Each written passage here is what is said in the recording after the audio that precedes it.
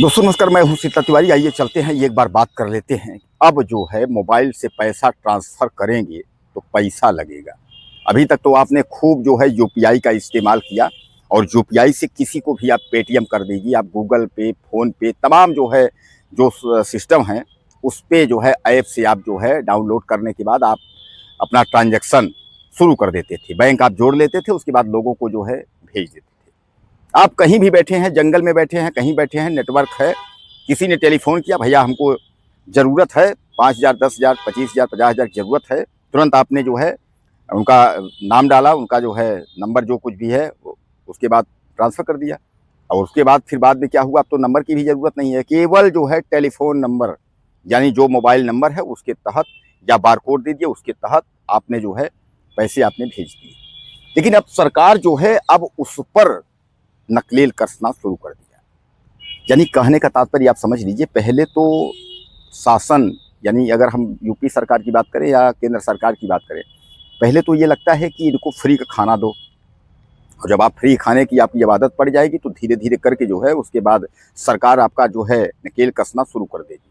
वही हुआ, संसद में जो है अब इसको लेकर के और ज़ोरदार हंगामा शुरू है। यानी कुल मिलाकर के आपको मैं बता दूँ, संजय सिंह आम आदमी पार्टी के जो संजय सिंह है, वह इस बात को लेकर के और संसद में चिल्ला रहे हैं, लेकिन कोई सुनने वाला नहीं है। सबके दिमाग में ये है कि कोई मतलब नहीं, जो कुछ भी चल रहा है चलने दीजिए, सरकार जो करेगी वही होगा। लेकिन एक बार कहीं न कहीं फिर आपके ऊपर गाज गिरनी तय है। हालाँकि सरकार ने इस पर यह कह दिया है कि ऐसा कुछ भी नहीं है।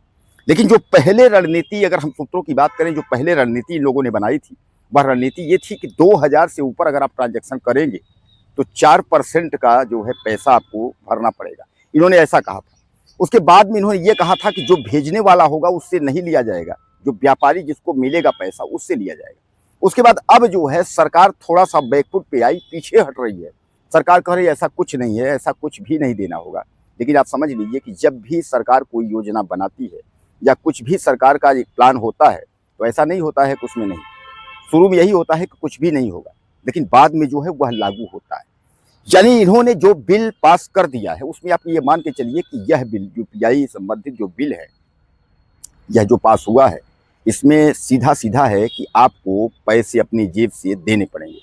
अब दोस्तों सबसे बड़ा सवाल यहाँ ये है कि मुख्य बात पैसे की बात नहीं है कि आपने जीएसटी लगाया, आपने टैक्स लगाया, आपने यहाँ ये लगाया, इससे मतलब नहीं है। मतलब ये है कि जिनको पैसा जिनके खाते से कटेगा, जैसे सपोज करिए व्यापारियों के खाते से पैसे कटेंगे, अगर व्यापारियों को आपको देना है 4 लाख 6 लाख देना है, उनके खाते से अगर पैसे कटेंगे, उस पैसे की भरपाई करने के लिए वो क्या करेंगे, सामान महंगा करेंगे। और सामान जब महंगा करेंगे तो आपको सामान प्रोडक्ट महंगे मिलेंगे। ऐसे में क्या होगा कि देश में जो है महंगाई बढ़ेगी। वैसे भी आपके भारत में अगर हम बात करें तो महंगाई को लेके हाहाकार मची हुई है। लेकिन अगर इस तरीके से सरकार अगर एक-एक योजनाओं में अगर इस तरीके से करती रहेगी, तो फिर कैसे होगा? मैं आपको बता दूं कि सरकार जो है इस वक्त विपक्ष से घिरी हुई है, चारों तरफ से।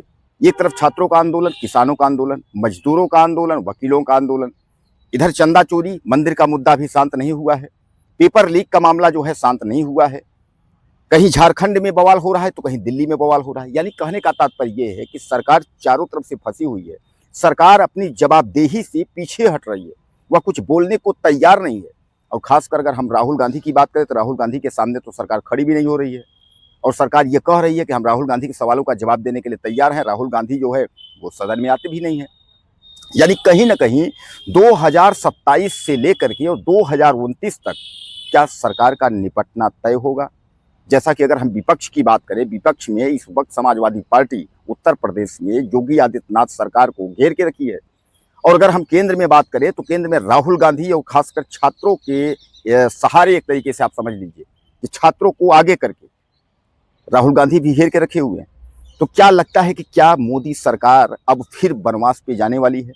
क्योंकि मोदी सरकार जो है अभी भी सुधरने का नाम नहीं ले रही है। मोदी सरकार अभी भी वही कार्य कर रही है। यूपीआई बिल को पास करना, यूपीआई पे जीएसटी लगाना, यानी जो है ट्रांजैक्शन पे पैसे लेने का मतलब क्या है? जहां सरकार कहीं एक तरीके से अगर मान लीजिए कि महंगाई आ रहा है, कहीं उसको कंट्रोल करने के बजाय, लोगों को राहत देने के बजाय, जहां देश एक और जो है गैस से जूझ रहा है, डीजल पेट्रोल से जूझ रहा है, तो लोगों को राहत देने के बजाय सरकार जो है उस पर और टैक्स दे रही है और जीएसटी कर रही है। तो कहने का तात्पर्य ये है कि इस देश का क्या होगा।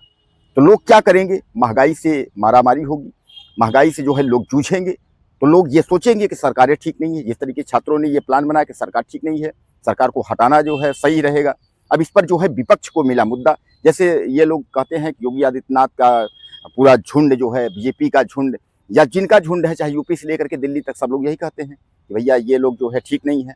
अगर इस तरीके होगा तो क्या एक बार 2027 में उत्तर प्रदेश की सरकार का क्या होगा, और उसके बाद 2029 में जो है दिल्ली की सरकार का क्या होगा। बहरहाल चलिए आप ये बताइए यूपीआई को लेकर के आप क्या सोचते हैं, और यूपीआई के लिए जो है अपनी राय आप ज़्यादा से ज़्यादा दीजिएगा। चैनल को सब्सक्राइब करिए, अगले वीडियो में फिर मिलते हैं। नमस्कार।